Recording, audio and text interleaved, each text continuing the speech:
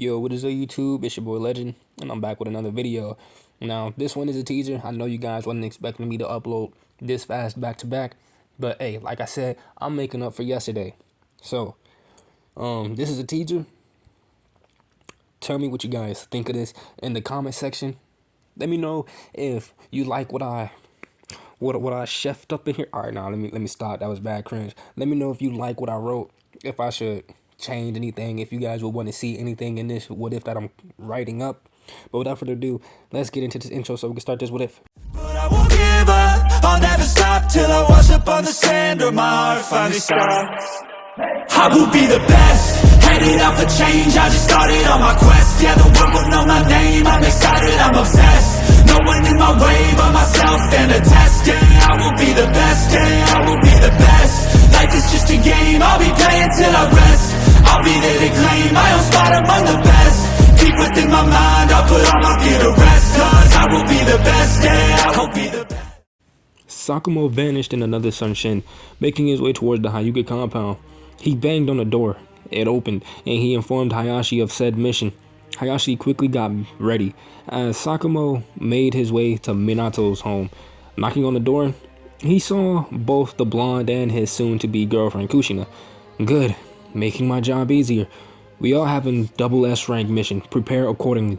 You have 5 minutes to meet me at the gates with Fugaku. Sakumo made his way towards the gates. Minato and Kushina quickly got ready. Countless kunais and shuriken were sealed away. Exploding notes and Kushina's sword.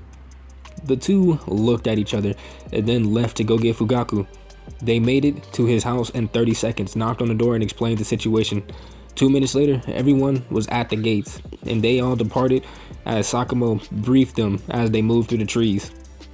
Time skip. 3 days later, everyone was now running on foot with Kushina in the lead. She could hear the sounds of faint battle as they moved forward. Hayashi! Said man nodded as he activated his Byakugan and paused for a moment before speaking. I count around 60 people. One of them is like a chakra beacon. If I were closer, I'd surely be blinded by the sight. And it looks as though they're fighting the entire village size and population. Meanwhile, Naruto did what he could to assist his clan to a certain extent. They didn't consider him family at all. They despised his heritage, but he still fought with them, even if he didn't know as much as them. Naruto leaned back at the last second as a kunai passed him. Everything just looked slower to him. He grabbed a kunai from the air and threw it at another shinobi in white. As he turned and pointed his arm at a shinobi in crimson armor. Araken! A brown and black pointed-nosed viper leaped out of his long sleeve and coiled around the neck of a shinobi before sinking its fangs into the man's neck. In 5 steps, the man would die a painful death. Naruto jumped back as he saw what seemed to be a sharp blue ripple slice through a large group of his help. Naruto himself didn't fully escape the effect of whatever that was. He let out a scream as a deep cut found its way on Naruto's bicep. Araken quickly made her way back to Naruto as she coiled up around the wound and constricted to help stop the bleeding. The cut was deep, so deep that 3 inches of the muscle was sliced through. Naruto looked up and saw another blue wave in the shape of a ragged net coming at him. He jumped out of the way and another blue wave came at him, this one in the shape of a pointed mountain, but smaller. Naruto flipped midair as the spike-like object nicked his side. He placed his free hand on the tip of the object that came from the ground, tore off the tip, and ran down the structure as he dodged the kunai that was sent at him. He appeared in front of a sand shinobi and slammed the spike into the man's gut, leaving him with a 6-inch hole. Naruto took a knee before he heard a howl in the distance. He looked up and saw her. Sheva.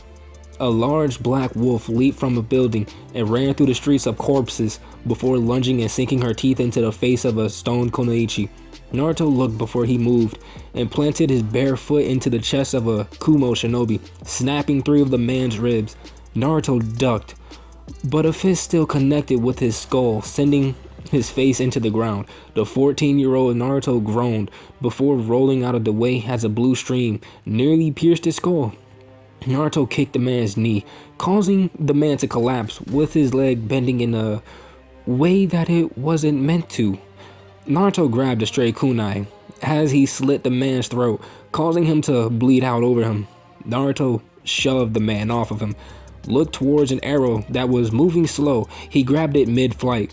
He easily tracked the trajectory of and threw the arrow with such force that it made its way back to its owner, splitting through the man's head in less than 2 seconds. Naruto stood and grabbed a sword that was lodged into the ground and ran at a group of shinobi. He made fairly quick work of them, only suffering a cut to his cheek. Naruto panted. He was running on fumes. He wanted so badly to stop, to lay down, to give up. But even though he was poor, he wanted to live. In the 3 days that he's been fighting, he's gotten 1 broken rib, 2 cracked ribs, a stab wound on the right side of his chest, 2 broken fingers, a 3rd-degree burn on his leg, slight frostbite on his knees, slight damage to his right eardrum throwing off his equilibrium, and a sliced bicep. Naruto looked around as his eyes widened. He was the last 4 alive. He looked around, looked over at another Uzumaki woman as her skull was pierced by a blue wave. Naruto turned to his right, and Sheva lay on the ground with a puncture wound with 7 dead shinobi around her. Naruto looked up as he saw a blade inches from his neck. He also saw another group of people coming, approaching fast. One looked familiar. Everything then got even slower. As the blonde looked at the man, the blade stopped just inches at Naruto's neck, and a chain burst through the man's chest. The rest of the invading shinobi looked to see the newcomers and froze. That's the White Fang, and the 3 Sannin. That's Fugaku of the Blood Arts. That's Konoha's Jinchuriki. It's the Yellow Blur and the Hands of Paralysis. The force began to quickly retreat as Naruto looked around. He was the last one. He was all that was left. Naruto then fell forward and passed out, all the adrenaline leaving his body. Assistance POV. Fugaku along with the others arrived at the bloodbath. They saw a boy around the age of 14 getting ready to be executed. They were too far to do anything about it, as the man's sword was only inches from the boy's neck. Kushina forced her chains from her back as they shot forward. They wouldn't reach the man in time to save the boy. But then the man froze for some odd reason. Kushina's chains burst through the man's chest as blood dripped from his mouth before her chains were removed, prompting the man to fall over. Fugaku, Minato, and Kushina stopped. They couldn't believe it. They saw a 3rd Tomo shift into position as the other 2 Tomo moved to fit the 3rd Tomo. Naruto looked up at them, his eyes flicking to Kushina before he passed out. Sakumo and the 3 Sannin then landed seconds later as they looked at the retreating force. Slaughter every single one of them. Fugaku's Sharingan spun to life before it morphed into his Mangekyo Sharingan. Minasuki. All the blood that littered the battlefield rose up before creating a dome around everyone. And with that, the bloodbath began. Limbs were ripped and cut from bodies, heads rolled and hit the ground, more shinobi bled out, and more pretended to be dead without success. The bloodbath didn't last long, and soon it ended. Hayashi scanned the battlefield. He only saw 3 chakra signatures signaling life. It was the boy, a snake that was coiled around his arm, and a black wolf. The group walked towards the boy, and they went to move him, to get him medical assistance. But the viper that was coiled around his arm took a defensive posture, showing its fangs. Minato was about to cut the snake from the boy, but Sakumo stopped him. Wait, Minato. Look closely. That viper is coiled around his arm to close the bleeding of an injury. And though you may be fast, this snake would kill you before you even knew what happened. That's a pointed-nosed viper, or what others call it, the 5-step viper. It got this name due to its potency of its venom. With 1 bite, even a Kage would be dead within 5 steps. Fugaku. The Uchiha nodded as he placed the genjutsu on the reptile as they proceeded to give the boy some medical attention that he needed to survive, before going to transfer him to the village for further medical attention. Naruto's POV. Naruto groaned before he coughed. He didn't know how much time had passed, but he felt like hell. Guys, I think he's waking up. Naruto's eyes snapped open, but all he saw was black. Was he blind? Why couldn't he see? What happened to his eyes? Naruto felt more people coming, and it was around 8 of them. His fighting reaction took over, and he reached around and grabbed the nearest object that he could use for a weapon. His hand landed on a long piece of cloth. If he had to guess, it was a straight pillowcase. He moved towards the nearest present, catching the woman off guard as he wrapped the pillowcase around her neck and pressed his back against the nearest wall. He heard the door open over the sound of the woman choking. Everyone stopped as Naruto spoke. What did you do to my eyes? Why can't I see? Everyone stopped at the door, and Minato gained a pissed off look as he watched the boy choke his soon-to-be girlfriend. Hiruzen then spoke, trying to quell the tension. Calm down, Uzumaki. You are safe. I sent a team to go and help as many of your clansmen as possible. Naruto's ears twitched as his head snapped towards the left. Take another step, and I'll snap this woman like a twig. Minato stopped approaching. He was surprised that the boy was able to pinpoint his location with 100% accuracy. Hiruzen spoke again. That won't be necessary, Uzumaki. We mean you no harm. But the man you just spoke to is the lover of the woman that you are holding. As the Hokage of this village, I ask you to please release my Jonin. Naruto snarled and tightened his grip on the pillowcase that was choking Kushina, who was now turning blue. Why would I do that? Do you think you coming in here with nice words means anything? What, because you didn't tie me up, it means something? Newsflash, buddy.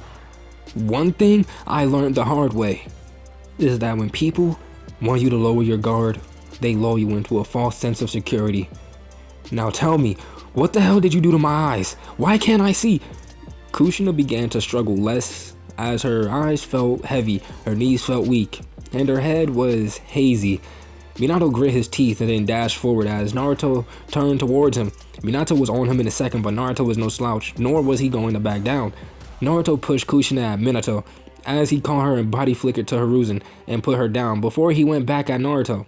The young boy leaned back before stepping to the left as Minato punched the wall. Naruto swung as his right hand collided with Minato's jaw before he heard a weird popping sound.